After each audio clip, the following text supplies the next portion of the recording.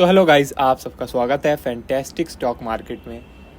तो 2023 ख़त्म हो चुका है और अब हम लोग 2024 की तरफ बढ़ चुके हैं। अब हमें जब ट्रेडिंग करनी है उस दिन होगा 1 जनवरी 2024, साल का पहला दिन। तो मैं उम्मीद करता हूँ नया साल आप सबके लिए बहुत ज़्यादा अच्छा जाए और नए साल में आप लोग जो अचीव अभी तक नहीं कर पाए हो वो सब कुछ अचीव कर लो। ठीक है, तो अब एनालिसिस शुरू करते हैं। तो सबसे पहले हम निफ्टी की तरफ बढ़ते हैं और जैसा कि मैंने कल आपको टेलीग्राम में बता दिया था कि स्मार्ट मनी एक्टिविटी एरिया अब ऑन हो चुका है। अब जब तक कि ये लेवल ब्रेक नहीं होगा तब तक निफ्टी और ऊपर नहीं जाने वाला है। कई लोगों ने इस चीज़ को मजाक लिया था और उन्होंने देख लिया कि भाई क्या हुआ निफ्टी का। ठीक है, निफ्टी का हुआ क्या है कि जो आपका निफ्टी 50 पॉइंट ही डाउन हुआ है, लेकिन अगर आपने कॉल बाय किया होगा तो ज़बरदस्त डिके देखा होगा उसमें। ठीक है, बैंक निफ्टी की बात करें, बैंक निफ्टी तो थोड़ा डाउन भी ज़्यादा हुआ है और उसमें आप देख भी सकते हैं डबल सिग्नल थे, डबल सिग्नल। ठीक है, और आप देख सकते हैं फिर बैंक निफ्टी ज़्यादा डाउन भी हुआ, बैंक निफ्टी के कॉल ऑप्शन भी अच्छे खासे डिक्लाइन हुए। अब जो लोग अभी भी इसे मजाक ले रहे हैं उन्हें आने वाले दिन में भी पता चलेगा कि क्या होने वाला है। अब मैं उनकी गलती भी नहीं मानता क्योंकि कई नए जने होंगे जिन्होंने स्मार्ट मनी एक्टिविटी एरिया को कभी देखा नहीं होगा। तो चलो आपके लिए मैं थोड़ा बहुत दिखा देता हूँ। तो आप देख सकते हैं यहाँ पहले स्मार्ट मनी एक्टिविटी एरिया ने सिग्नल दिया था। तो हुआ क्या कि जब भी इस लेवल के आसपास आई मार्केट, जब भी इस लेवल के आसपास आई सेल सेल, और जब यहाँ ब्रेक कर दिया फाइनली, ठीक है, जब यहाँ ब्रेक कर दिया फाइनली, उसके बाद फिर एक अच्छा मोमेंटम भी दिखाया ऊपर की तरफ। ठीक है, लगभग 300-400 पॉइंट का मोमेंटम भी दिखाया। यहाँ से हम देखें तो लगभग हाँ लगभग 400 पॉइंट का मोमेंटम भी दिखाया। उसके बाद क्या हुआ, उसके बाद नई एक्टिविटी शुरू हो गई। यहाँ पर नई एक्टिविटी शुरू हो गई तो भाई साफ तौर पे अब जब तक ये लेवल ब्रेक नहीं होगा तब तक और ऊपर नहीं जाएगा। और आप लोगों ने देखा भी कि भाई अब ये लेवल जब तक ब्रेक नहीं होगा और ऊपर नहीं जाएगा, अब नीचे ही जाने वाला है। मगर इसकी एक दिक्कत पता है क्या है? इसकी एक दिक्कत ये कि अगर आप एक ऑप्शन बायर हो, ठीक है, एक ऑप्शन बायर हो, तो ज़रूरी नहीं है ये आपको प्रॉफिट दे।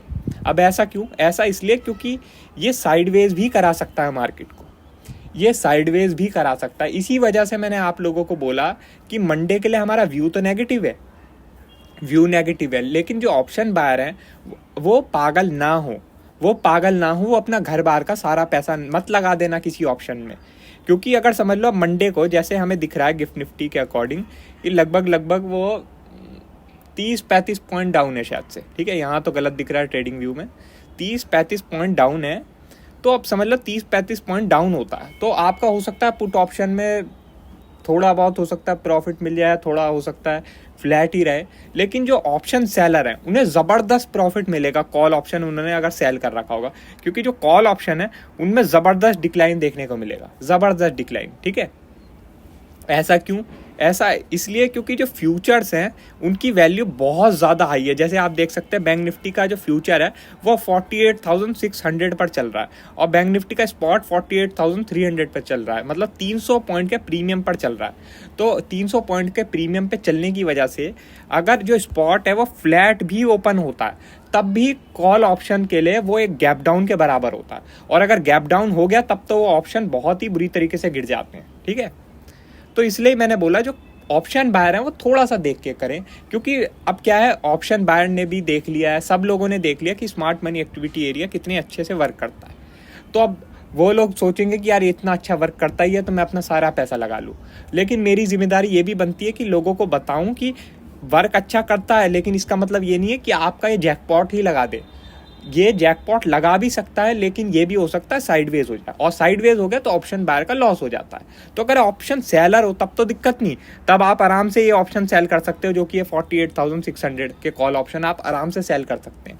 आपका स्टॉप लॉस भी ये होगा कि अगर इसके ऊपर निकल जाए तो मैं काट लूँ। मगर अगर आप ऑप्शन सेलर नहीं हो, ऑप्शन बायर हो, तो हैवी क्वांटिटी में काम मत करो, लिमिटेड क्वांटिटी में काम करो और स्टॉप लॉस इसे ही रखो। ठीक है, क्योंकि यही है आपका असली stop loss. Smart money activity area के अकॉर्डिंग यही है रेजिस्टेंस लेवल। अब मैं मंथली टाइम फ्रेम भी खोलता हूँ, ठीक है, इससे आप लोगों को और समझ में आएगा। निफ्टी में मंथली टाइम फ्रेम खोलता हूँ मैं।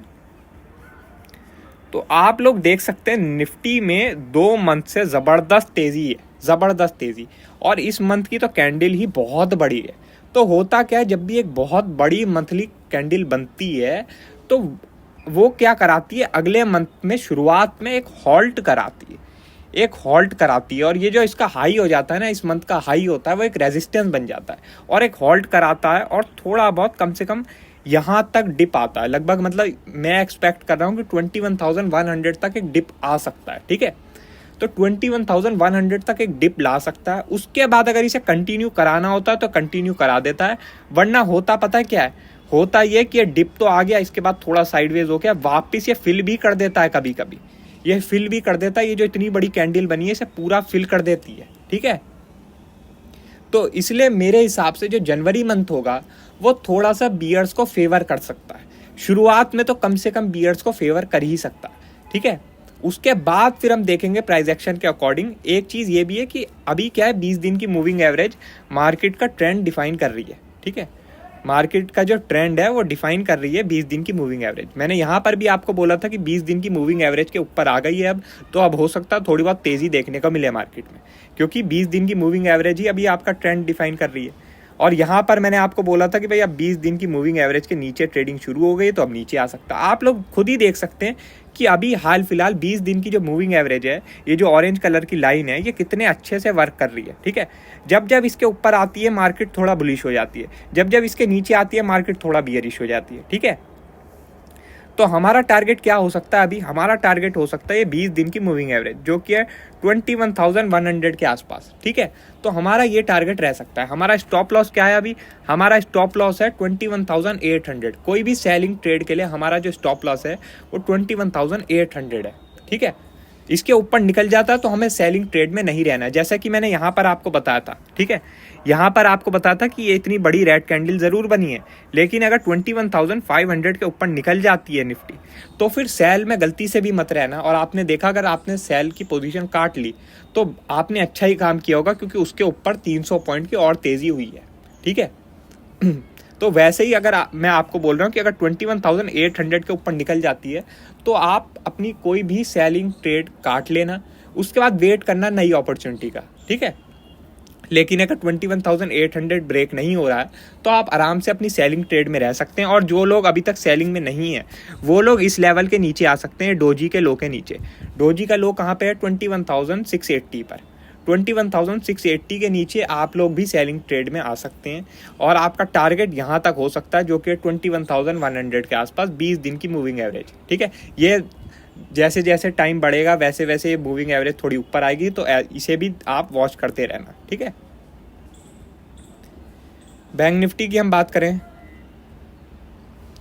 तो बैंक निफ्टी में भी हमारा जो टारगेट यही रह सकता है। आप देख सकते हैं जो डोजी है उसके नीचे क्लोजिंग आई है, ये एक नेगेटिव साइन ही होता है, एक नेगेटिव साइन ही होता है। तो ये जो डोजी है इसका हाई आपका स्टॉप लॉस हो सकता है, 48,600 आपका स्टॉप लॉस हो सकता है किसी भी सेलिंग ट्रेड के लिए।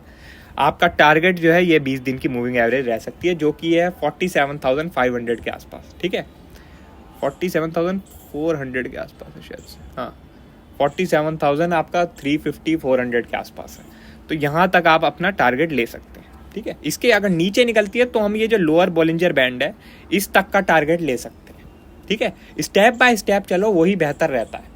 अगर स्टेप बाय स्टेप चलोगे तो आप प्रॉफिट ही कमाओगे, स्टेप बाय स्टेप नहीं चलोगे आप पागल हो जाओगे तो फिर लॉस कमाओगे, ठीक है। अब जो आपका 20 दिसंबर था, ठीक है, 20 दिसंबर था, मैंने आपको बताया था कि यहाँ पर smart money activity area on है, ठीक है। Smart money activity area on है, तो अगर यहाँ के आसपास आपको मिलेगी तो सेलिंग का ही ट्राई करना। और आपने देखा कि 20 दिसंबर को क्या हुआ था, ज़बरदस्त सेलिंग आई थी। तो वैसे ही अगर आप कुछ पर्टिकुलर रूल्स को फॉलो करोगे तो आप अल्टीमेट कुछ ना कुछ कमाओगे ही, ठीक है। अगर आप अपनी मर्जी चलाओगे तो देखो मार्केट, आप जानते हैं कि अभी मार्केट में वैसे ही कुछ वर्क नहीं कर रहा। विक्स ऊपर होती है तो मार्केट ऊपर होती है, विक्स नीचे होती है तो मार्केट नीचे होती है, आप देख सकते हैं, ठीक है। विक्स इतने दिनों से ऊपर जा रही थी, मार्केट भी ऊपर जा रही थी। विक्स अब नीचे जाने लग गई है तो मार्केट भी नीचे जाने लग गई है, ठीक है। RSI देखोगे तो RSI की कोई कीमत नहीं बची है, पता नहीं क्या ही हो रहा है RSI के साथ, ठीक है। तो अभी मार्केट क्या है कि एक अलग ही फेज़ में है। तो इस फेज़ में अगर कोई चीज़ वर्क कर रही है उस पर फोकस करो, अगर उस पर फोकस करोगे तो शायद कुछ कमा लोगे, अपनी मर्जी चलाते रहोगे तो फिर भाई आप जानते ही हैं। ठीक है, तो और कोई अपडेट होगी हम आपको टेलीग्राम में बता देंगे। वीडियो अच्छी लगी हो तो लाइक कर देना और चैनल पर नए हो तो सब्सक्राइब कर देना। आज के लिए बस इतना ही। Thank you.